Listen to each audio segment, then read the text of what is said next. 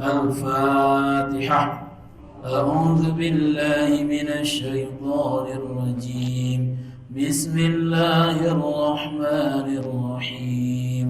الحمد لله رب العالمين الرحمن الرحيم مالك يوم الدين. إياك نعبد وإياك نستعين. اهدنا الصراط المستقيم صراط الذين أنعمت عليهم غير المغضوب عليهم ولا الضالين آمين. سبحان الله وبحمده عدد خلقه ورضا نفسه وزنة عرشه ومداد كلماته. سبحان الله وبحمده عدد خلقه ورضا نفسه وزنة عرشه ومداد كلماته. سبحان الله وبحمده عدد خلقه ورضا نفسه وزنة عرشه ومداد كلماته. Alhamdulillah, puji syukur mari sama-sama kita panjatkan kehadirat Allah Subhanahu wa taala atas limpahan nikmat karunia-Nya juga kepada kita semua. Salawat dan salam semoga selalu tercurah limpahkan pada panutan kita, junjungan kita, kekasih kita, Habibana wa Nabiyana al-Karim Muhammad sallallahu alaihi wasallam beserta keluarga, para sahabat hingga pengikutnya sampai akhir zaman. Jamaah salat maghrib yang dimuliakan Allah Subhanahu wa taala. Alhamdulillah, pada kesempatan malam hari ini kita masih bisa melaksanakan kewajiban kita. Setelah kita juga melaksanakan salat secara berjamaah, kita niatkan i'tikaf kembali. Niatkan i'tikaf sambil kita talabul ilmi tentang hukum-hukum agama, terutama tentang masalah ubudiyah kita, itu yang menyangkut ibadah-ibadah kita sehari-hari. Dan pada malam hari ini insyaallah kita akan mulai membahas bab sholat. Kemarin sudah kita bab azan, sudah azan, runtutannya ke sholat. Sebelum nanti kita ke sholat, maka apa yang harus kita ucapkan ketika kita berdiri sudah menghadap kiblat? Apakah kita sebelum takbir, apakah kita mengucapkan doa-doa apa ataupun membaca surat An-Nas yang biasa kita laksanakan atau apa?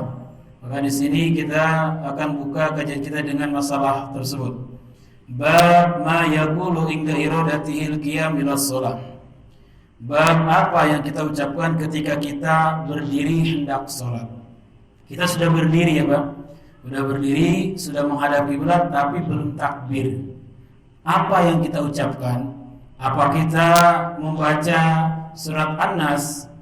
Apakah surat An-Nas itu bagus? Bagus. Kenapa? Karena di situ ada lafaz allazi yuwaswisu fi sudurin nas, yaitu setan yang membisikkan, membuat was-was di dalam dada manusia. Tapi apakah yang lebih bagus dari bacaan tersebut? Maka ini ada satu hadis riwayat fi kitab Ibnu Sinni an Ummi Rafi radhiyallahu anha annaha qalat. Diriwayatkan di dalam kitab Ibnu Sinni dari Ummu Rafi radhiyallahu anha, sungguhnya beliau berkata, "Ya Rasulullah, dullani ala amalin ya'juruni Allahu azza wa jalla." Ya Allah, ya Rasulullah, tunjukkanlah kepadaku satu amal yang Allah akan memberikan pahala kepadaku. Maka Rasulullah sallallahu alaihi wasallam bersabda, "Ya Umma Rafi, idza qumti ila salati fasabbihillahi ta'ala 'ashran wa hallilihi 'ashran wahmadihi 'ashran wa kabbirhi 'ashran wastaghfir bihi 'ashran fa innaka idza sabbahti qala hadzali wa idza halalti qala hadzali wa idza hamidti qala hadzali wa idza kabirti qala hadzali wa idza astaghfarti qala qad fa'altu." Ini lafaz sebenarnya yang harus kita baca ketika kita sebelum mengangkatkan kedua tangan kita ketika takbiratul ihram. Pernah ditanya oleh Umar Rafi kepada baginda Rasulullah SAW. Maka Rasulullah SAW bersabda, "Hai Umar Rafi, ketika kamu berdiri untuk sholat maka bertasbihlah kepada Allah 10 kali." Ini sebelum usolli ya Pak, yang pakai usolli. Kemudian wahallilihi 'ashran, dan bertahlillah la ilaha illallah 10 kali. Kemudian dan bertahmidlah alhamdulillah 10 kali. Wa kabbirhi, dan membaca takbirlah 10 kali. Wastaghfir bihi, dan beristighfarlah 10 kali. Maka jika kamu membaca tasbih, maka Allah mengatakan ini untukku. Ketika kamu membaca tahlil, ini untukku. Maka ketika kamu membaca tahmid, kata Allah, ini untukku. Dan ketika kamu membaca takbir, ini untukku. Dan ketika kamu mengucapkan istighfar, kata Allah, aku sudah mengampunimu. Ini yang jarang mungkin kita laksanakan karena mungkin juga keburu-buru ya Pak. Kadang-kadang sudah qomat, ya sudah qomat juga kita masih duduk-duduk. Harusnya itu sebenarnya kan ada dua ya pendapat iqamah itu, ketika ada juga ketika imam sebelum iqamah itu imam dulu berdiri sama makmum baru qomat. Ya, ada juga yang memang seperti kita, jadi komandonya dari orang yang iqamah. Nah, kemudian baru kita berdiri. Nah, ketika berdiri itu ada jeda, maka ucapkanlah seperti itu. Maka kata Allah, aku telah mengampunimu. Tasbih, tahmid, takbir, tahlil, istighfar 10 kali. Ya, perkirakan saja, jangan terlalu lama juga Pak, nanti imamnya sudah Fatihah beres kita masih sibuk dengan itu. Ya, perkirakan saja. Atau misalkan ini bisa kita laksanakan lebih ke sholat sunnah. Karena sholat sunnah itu kita sendiri, mungkin kita sholat tahajud, sholat duha, sebelum takbir bacalah itu dulu. Karena ini yang nanyanya juga perempuan Pak. Perempuan biasanya kan sholat sendirian. Nah ini walaupun nanti hadis ini umum, tapi ini yang bertanya ini Umar Rafi. Maka tapi boleh kita laksanakan. Mungkin kalau berjamaah tidak memungkinkan, kita sholat sendiri. Minimal ketika sholat sendiri sebelum takbir ucapkan seperti itu. Kenapa? Sebelum kita sholat, dosa-dosa kita telah diampuni oleh Allah Subhanahu wa Ta'ala. Ini salah satu sunnah ya, salah satu sunnah yang ditanyakan oleh sahabiah Umar Rafi. Kemudian bab ad-du'a indal iqamah. Ini lanjutan yang kemarin. Sebelum kita langsung menuju ke bab salat, bab doa indal iqamah, doa ketika iqamah. Rawiya al-Imam Syafi'i bi isnadihi bi ummi hadisan mursalan Rasulullah sallallahu alaihi wasallam qala wa talabul istijabata du'a indal itiqail juyus wa iqamatis shalah wa nuzulul qais. Wa qala as-Syafi'i wa qad hafidtu an ghairi wahidin talaba ijabah ingda nuzulul qais wa iqamatis shalah. Jadi menurut Imam Syafi'i itu ada 3 doa yang memang ini insyaallah doa itu diijabah. Yang pertama ketika kita bertemu dengan musuh. Ya musuh di sini bukan musuh bapak, ya musuh-musuhan gitu ya, bukan. Tapi memang misalkan perang, ya perang ini ketika perang, bukan ini si A sama si B itu musuh saya doa ini diijabah, bukan. Artinya di sini ini adalah musuh, memang musuh agama, ya musuh Islam ketika kita seperti jihad. Kemudian iqamatus shalah, ketika mau iqamah shalah. Kemarin kita sudah bahas dari mulai waktu setelah azan sampai menjelang iqamah itu waktu mustajabnya doa. Makanya kalau misalkan bisa ya udah habis azan langsung doa, takut nggak keburu kita nanti habis sholat sunnah malah doanya tidak maksimal. Kenapa? Karena tidak keburu langsung iqamah. Jadi waktunya antara setelah azan sampai iqamah itu waktu di mana doa kita kemungkinan secepat ijabahnya lebih ini, karena itu di dalam waktu-waktu mustajab. Dan yang terakhir adalah wanuzulul ghais, ketika mendung ataupun ketika turun hujan. Nih kadang-kadang kita dengan hujan itu takut Pak, lari-lari ya. Waduh, berteduh dulu, padahal hujan itu adalah rahmat dari Allah, dan salah satu doa yang akan diijabah itu ketika hujan. Memang di sini ada dua penafsiran ulama mengatakan ketika hujan itu umum, baik kita pun di dalam rumah walaupun nggak kehujanan, itu doanya insya Allah diijabah.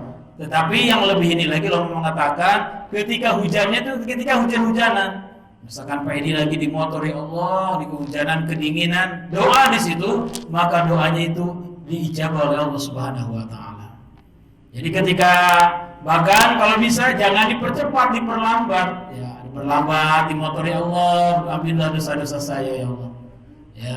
Ini kenapa? Karena waktu itu waktu diijabahnya doa. Ya, jadi diijabah doa itu selain kita setelah ba'da sholat, salah satunya ketika waktu hujan. Jadi waktu hujan ini biasanya kalau kita lewat flyover di situ malah banyak di flyover berteduh. Padahal itu apa? Waktu mustajabnya doa. Ya, baik kita dalam keadaan di rumah mungkin nggak bisa kemana-mana, doa waktu hujan, ataupun lagi di mana-mana lagi kehujanan, apalagi kita pakainya pakai motor yang memang harus langsung kena dengan hujan, itu lebih utama lagi kita berdoa di situ. Insyaallah doa itu tidak akan ditolak oleh Allah Subhanahu wa taala. Ya, jadi itu 3 waktu ataupun 3 tempat yang memang doa kita ini dijabah oleh Allah Subhanahu wa taala. Jamaah yang dimuliakan Allah Subhanahu wa taala, kita akan masuk ke dalam bab yang memang tadi saya katakan, itu bab shalah, yang dimulai dengan bab takbiratul ihram. Jadi apa itu takbiratul ihram? Takbir itu adalah ya seperti lafaz Allahu Akbar. Ihram itu yang mengharamkan segala sesuatu yang tadinya halal. Ya.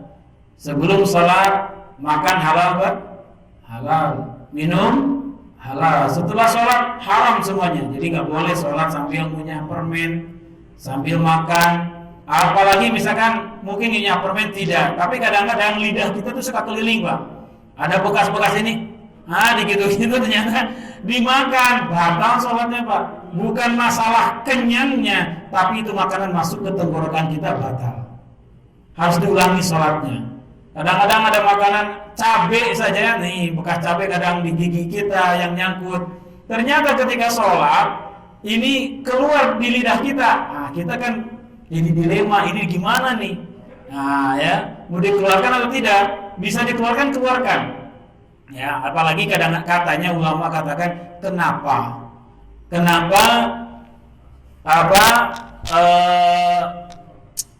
kantong kita itu adanya sebelah kiri Pak. Kantong yang nggak ada kantongnya, maaf ya, yang ada kantongnya sebelah kiri. Karena ini misalkan kalau lagi sholat, misalkan mau meludah gampang Pak, karena ludah itu tidak najis hukumnya.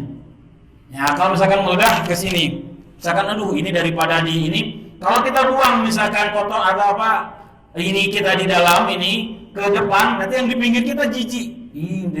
Misalkan apalagi ke tempatnya yang di pinggir kita, pasti begitu kan jatuhnya. Makanya di sini masukkan ke sini, ya. Makanya ada yang sebelah kiri. Kalau sebelah kanan gimana coba Pak? Gampang nggak kalau di sebelah kanan? Susah kalau di sebelah kanan Pak. Kalau sebelah kanan agak susah. Enaknya sebelah kiri. Ini yang ngejahit ini, yang bikin ini bukan orang sembarangan, ini ulama Pak. Yang menekan ada kantong di sebelah kiri ini, yang memudahkan kita ketika sholat. Ya, ketika sholat gampang. Kita mau meludah, jangan ditahan-tahan. Misalkan ini bulan puasa, ya. Bulan puasa biasanya orang kan banyak ludahnya tuh. Ya, kalau banyak ludahnya bagaimana ini? Ya kalau kita nggak jijik di baju kita, ya silakan ludah aja, karena ludah itu hukumnya tidak najis. Ya, tidak basah-basah di sini kita terserah. Yang penting apa? Jangan ditelan kalau emang sudah dari batasan luar gigi kalau lagi puasa, karena itu akan membatalkan puasa kita. Nah itu jadi ya sekali lagi ini ketika kita mau sholat ini ada kotoran, ada ini bekas-bekas ini, maka jangan ditelan. Jadi ini kita akan membahasnya di bab takbiratul ihram. Jadi takbiratul ihram itu mengharamkan segala sesuatu yang dihalalkan ketika sebelum takbiratul ihram. Kemudian tata cara juga takbiratul ihram itu kalau di dalam mazhab Syafi'i, nah itu bukan tata cara peletakannya. Kalau ininya adalah seperti ini, Pak ya. Ada yang sampai daun telinga dan segini. Kalau yang di bawah ini nggak ada, Pak. Di sini pemalas sekali orangnya, ya pemalas. Nah, misalkan sami Allah mana tidak sama gini doang, pemalas itu orangnya, Pak. Tidak ada, tidak dapat pahala itu, ya. Minimal itu di dada, minimal dada di sini. Saya kayak perempuan. Nah, kalau bapak nyerasa laki-laki di atas, Pak. Ya. Nah, ini laki-laki agak beda karena dalam fikih itu laki-laki dan perempuan itu beda takbirnya. Kalau laki-laki agak dibuka, kalau perempuan agak ditutup, agak ke sini. Kalau perempuan, ya kalau laki-laki agak dibuka. Ini ada dua hadisnya juga yang berbeda. Ada baina udhunain, baina mankibai, di antara dua telinga dan di antara dua pundak kita. Nah ini kita harus ada yang kayak gini, dibuka ininya, jadi bukan begini. Allahu Akbar ditutup begini aja salah, jadi dibuka. Ya, buka ininya.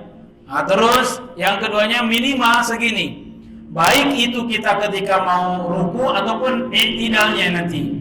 I'tidalnya itu kita bukan hanya seperti ini, tidak. Jadi harus sama ketika kita ini ngangkat tangannya. Kalau kamu rukunya kan Allahu Akbar, i'tidalnya juga tangannya seperti itu, Pak. Jadi bukan hanya begini, kalau begini doang gak dapat pahala, udah mendingan jangan saja. Apalagi kalau sudah gini, goyang-goyang lagi, batal sholatnya. Ya, 2 kali goyangan gini batal, Pak, karena ini gerakan yang besar. Ya, 1 kali ini, 2, berarti kalau 1 kali ini kan berarti 2 nih. Kalau 2 kali menjadi berapa? 4 berarti. Sedangkan di dalam fikih dikatakan bahwasanya 3 kali gerakan berterusan batal sholatnya. Kalau gerakan besar, ini gerakan besar. Gerakan kecil, gerakan ini nih jari ini gerakan kecil. Tapi kalau gerakan ini gerakan besar. Nah, jadi kalau ngangkat tangan dan juga nih ini dulu sebelum kita ke yang lainnya. Di dalam fikih dikatakan yusannu arba'u mawadi'ah. Itu disunahkan di 4 tangan yusannu raf'ul yadaini fi arba'i mawadi'ah. Disunahkan mengangkat tangan di dalam 4 tempat di dalam sholat. Ya, sholat yang ada 3 rakaat dan yang 4 rakaat cuma di 4 tempat saja disunahkan mengangkat tangan. Selain itu tidak ada sunnah. Jadi bapak capek-capek doang mengangkat tangan, nggak ada pahalanya. Yang pertama ketika takbiratul ihram. Ya, jadi kalau takbiratul ihram angkat tangan boleh, enggak mengangkat tangan boleh. Boleh karena punya sunnah, tapi kita kehilangan pahala sunnah. Yang kedua, ketika mau ruku. Ya. Ketika i'tidal. Yang keempat, ketika bangun dari rakaat kedua mau ketiga setelah tahiyat awal.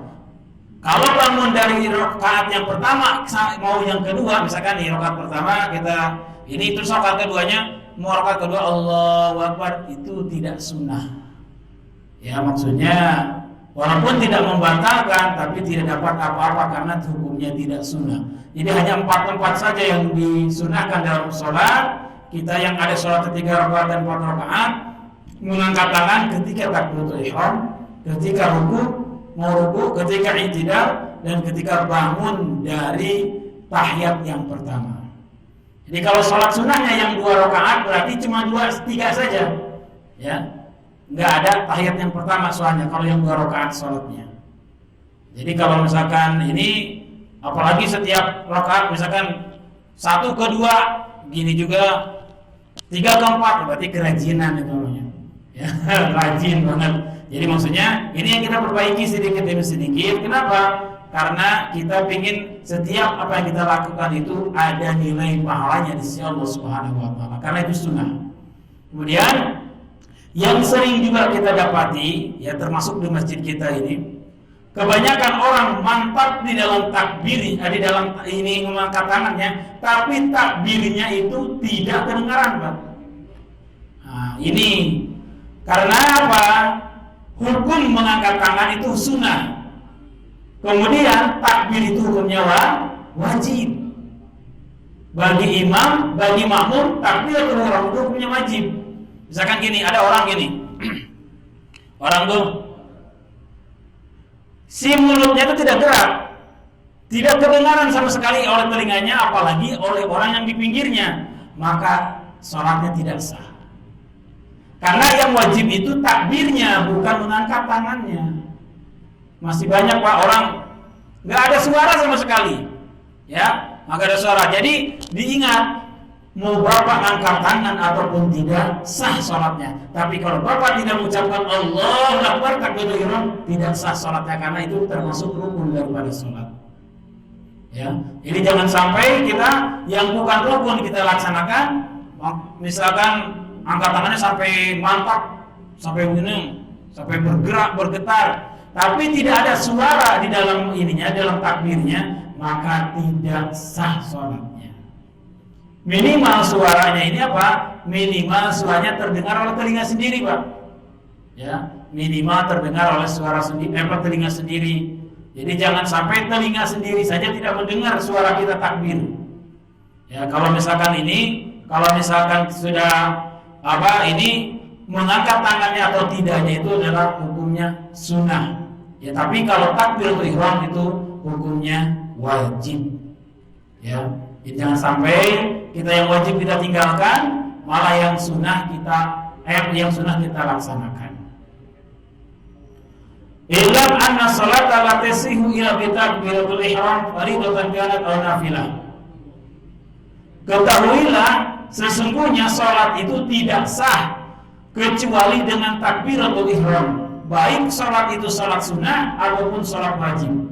Jadi kalau kita tidak mengucapkan takbir tadi, maka salat kita tidak sah. Kalau kita tidak angkat tangan, itu sah salatnya. Karena angkat tangan hukumnya sunnah. Tetapi kalau kita tidak ada ucapan takbir dalam ini yang terdengar minimal oleh telinga kita, maka kita hukumnya salatnya tidak sah. Masih mungkin ada orang saking irit bicara tidak mau juga terdengar itu suara ininya, suara takbirnya. Kayak gitu-gitu aja. Padahal ini sunnah, dia laksanakan kalau tidak pun tidak apa-apa. Yang wajib itu adalah ininya takbirnya.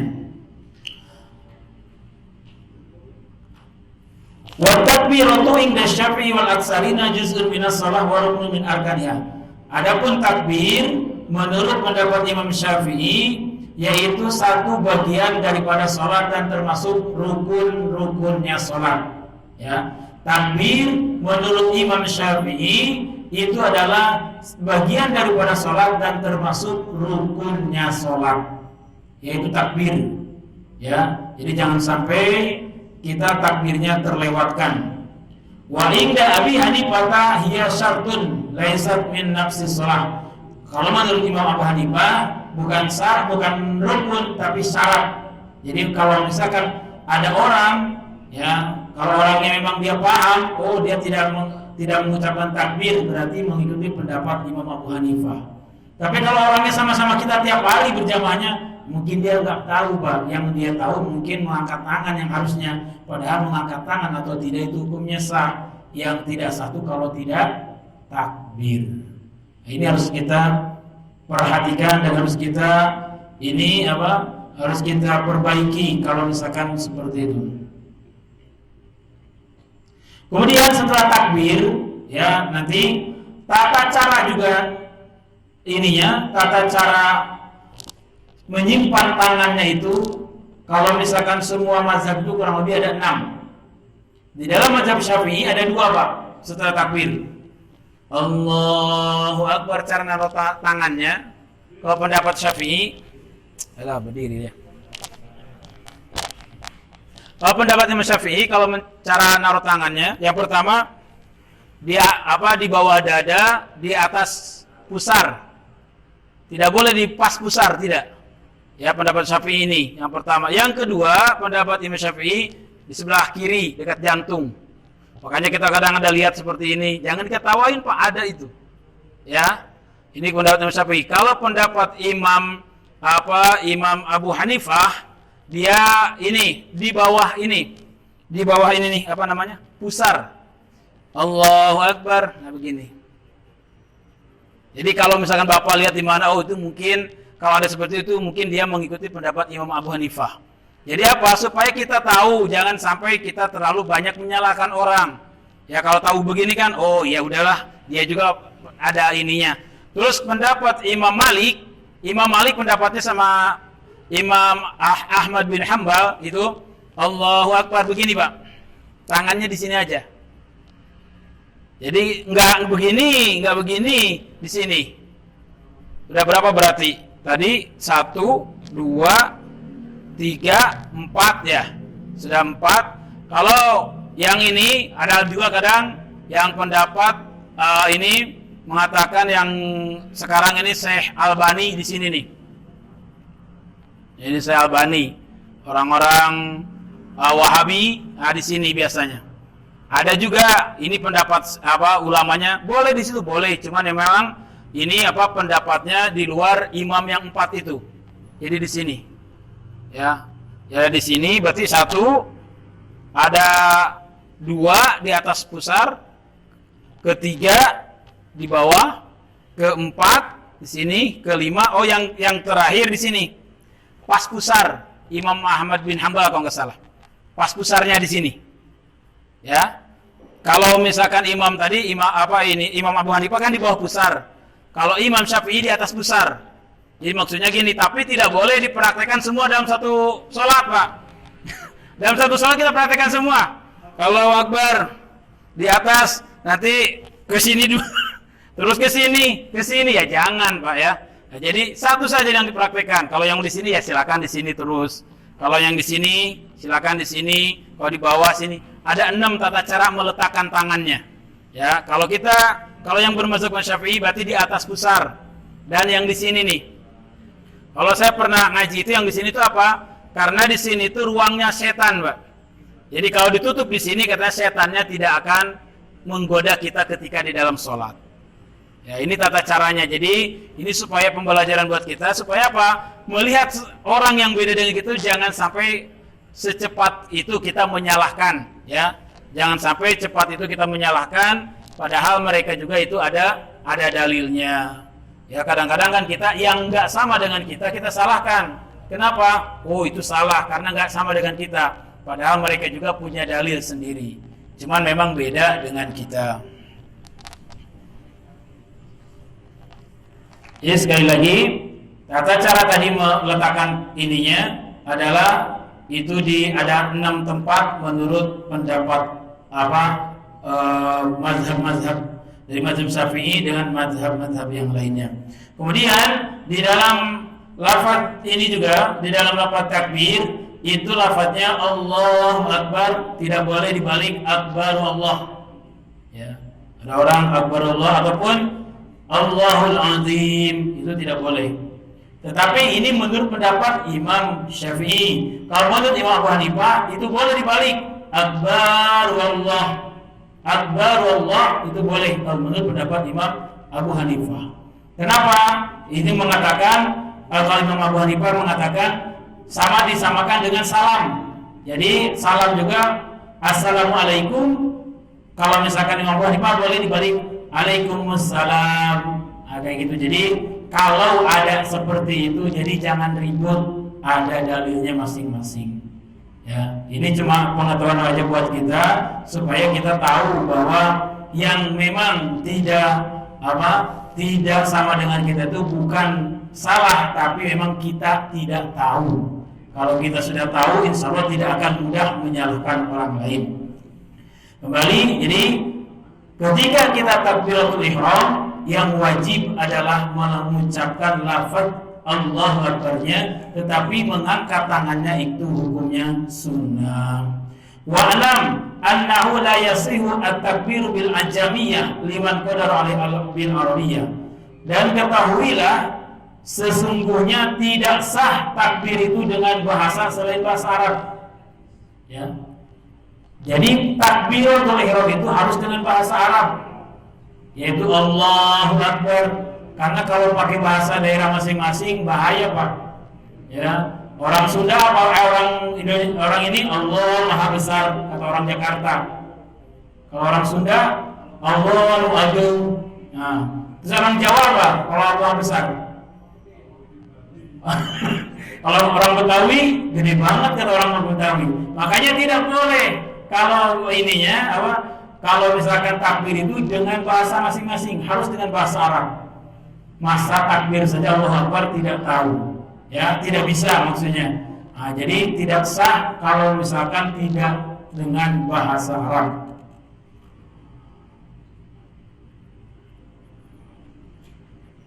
Wa'lam annal madhhab as-sahih al-mukhtar anna takbiratul ihram la tamuddu wala tumattidu. Jadi ketahuilah sesungguhnya menurut mazhab yang sahih, takbiratul ihram itu tidak boleh terlalu panjang.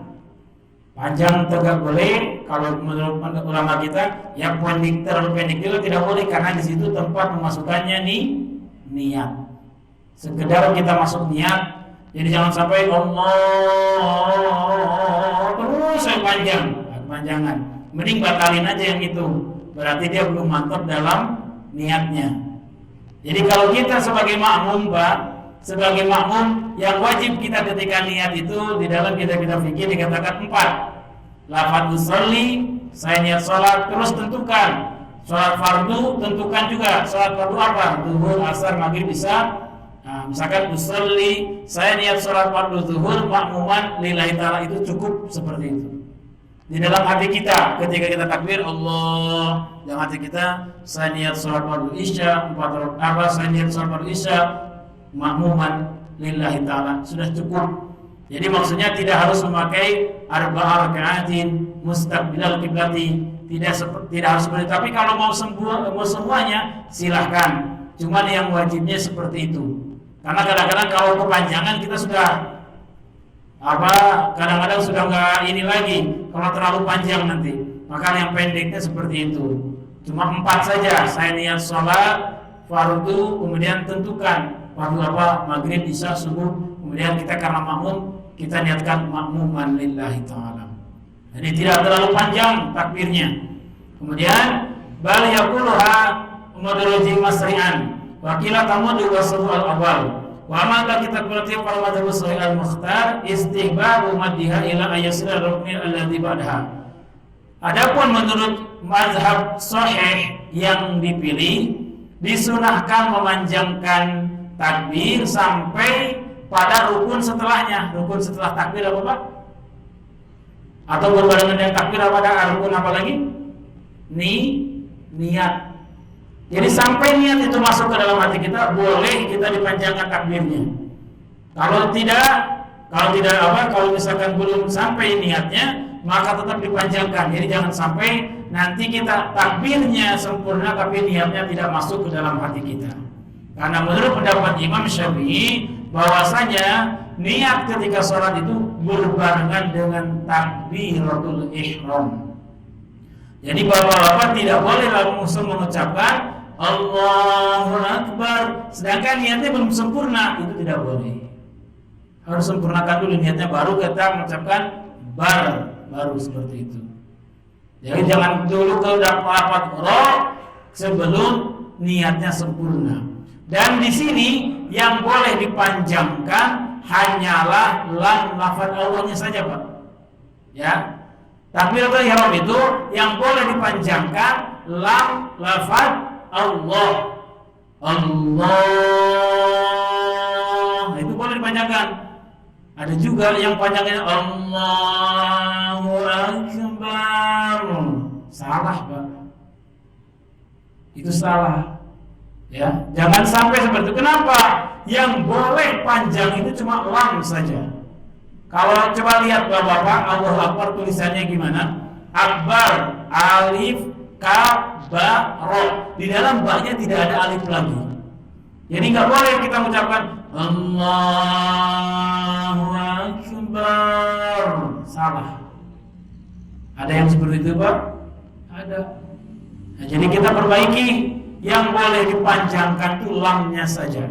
Ya, kalau misalkan yang selainnya maka tidak boleh dipanjangkan.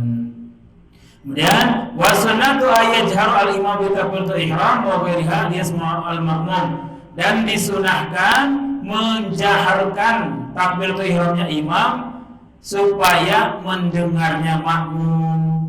Jadi yang sunah agak kenceng itu adalah imam, jangan dibalik. Makanya jadi imam jangan terlalu pelan juga suaranya, Pak. Jangan terlalu kenceng juga. Ada kalau misalkan kalau imamnya sudah tua di kampung-kampung, kadang-kadang kita sudah nggak tahu tuh kalau sudah sujud, padahal imamnya sudah naik lagi, kita masih sujud karena nggak kedengeran itunya. Makanya di sini disunahkan yang suaranya agak keras, berarti yang masih agak muda lah, jangan terlalu tua-tua. Ya, kenapa? Karena nanti akan perpindahan satu rukun ke dalam rukun-rukun yang lainnya. Ya, jadi jangan dibalik juga. Dulu pernah ada, Pak. Ya, pernah ada kejadian waktu saya masih kecil di kampung saya. Jadi si imam ini, ya, imam ini karena memang sudah agak tua, jadi beliau tuh agak pelan suaranya. Nah, makmum yang di belakang ini suaranya keras. Kemudian si makmum ini sering terlambat lagi. Maksudnya bacaannya itu sering terlambat. Jadi imam sudah sujud, dia masih Rabbighfirli warhamni. Jadi bacanya mungkin tartil ya, mungkin jadi lambat. Kemudian si imam masih di sujud, makmum ini kan masih duduk nih. Kemudian makmum yang suaranya keras itu mau sujud, Allahu Akbar, keras lagi suaranya. Yang lain pada duduk, Pak. Kirain itu imam yang ini, ternyata imam masih di bawah, si makmum sudah, yang lain semuanya sudah pada duduk. Karena gara-gara makmum yang tadi satu itu dia sudah telat, terlalu telat. Yang kedua suaranya terlalu keras. Ya, jadi kalau kita bagi makmum cukup terdengar oleh telinga kita sendiri saja. Allahu Akbar. Jadi baik itu takbiratul ihram ataupun takbir-takbir yang lainnya. Jangan sampai seperti yang tadi saya katakan, imamnya pelan, makmum ini yang keras ini lambat di dalam bacaannya, sehingga imam sudah sujud yang kedua, ini si makmum ini masih duduk di antara dua sujud, Rabbighfirli warhamni. Imamnya lama di bawah, makmum yang ini Allahu Akbar. Ya, makmum yang sedang sujud kiranya imam yang naik, ya makmum sudah naik ke atas, imam masih sujud di bawah. Ya, ini kejadian seperti itu enggak terulang. Kalau misalkan makmum sama imam juga mempunyai ilmunya. Imamnya yang ngikutin ilmunya, makmum juga bukan hanya imam yang harus punya ilmu, makmum juga harus punya ilmu, Pak. Ya, punya ilmu menjadi makmum. Jangan sampai itu pekerjaan imam dikerjakan oleh makmum. Jadi sekali lagi, wasunatu ayajharu al-imam bi takbiratul ihram wa ghairu ismu al-makmum. Disunahkan menjaharkan atau mengeraskan takbiratul ihramnya imam supaya mendengarnya makmum, wa yusirul makmum bihais yasmu nafsahu. Dan bagi si makmum ini disunahkan dia mengecilkan suara takbirnya ke sekira terdengar dirinya sendiri. Fa in ja'ala al-ma'mum al-asra al-imam lam tafsid salatuhu. Meskipun kalau si makmum lebih keras daripada imam tidak merusak salatnya, tidak. Ya, misalkan ada makmum keras suaranya, imam pelan, ketika takbirnya itu tidak merusak salat. Tetapi yang lebih utama kalau makmum karena dia untuk diri sendiri cukup terdengar oleh telinganya sendiri. Kalau bagi imam maka dia harus agak keras karena dia membawa makmum. Ya, itu aja yang kita kaji pada malam hari ini. Jadi intinya bahwasanya yang pertama di dalam rukun salat itu adalah sebenarnya niat tentunya, cuman karena niat itu dia berbarengan dengan takbiratul ihram, kita takbiratul ihram, dan takbiratul ihram ini yang wajibnya bukan ngangkat tangannya, tetapi lafaz Allahu Akbar-nya. Jangan sampai kita mengangkat tangan tapi mulut kita tidak bergerak, maka itu tidak sah salatnya. Kemudian tadi juga cara takbir itu ada dua, di antara baina udhunaini wa baina mankibaihi, ataupun di antara dua telinga ataupun di antara dua pundak kita, minimal di dalam pundak ini. Jadi kalau ada orang takbir cuma segini saja, itu tidak dapat pahala. Ya, itu kayak kelihatannya males sekali. Ya, pelit. Ya, untuk bagian sholat saja pelit. Ya, jadi maksudnya paling minimal segini dada. Tapi kalau maksimalnya kita di telinga, ini ada cuma begini doang. Udah mendingan jangan, karena itu perkara sunnah. Ya, daripada nanti itu yang bisa membatalkan sholat kita. Ya, jadi itu aja. Mudah-mudahan ada manfaatnya bagi kita semua. Mudah-mudahan kita ini baru sholatnya baru dimulai, Pak. Nanti ininya setelah takbiratul ihram kita akan ada doa iftitah. Doa iftitah yang sekarang kita baca apa sudah benar atau tidak? Insyaallah minggu berikutnya. Wallahu a'lam bishawab. Subhanaka Allahumma bihamdika asyhadu an la ilaha illa anta astaghfiruka wa atubu ilaik. Assalamualaikum warahmatullahi wabarakatuh.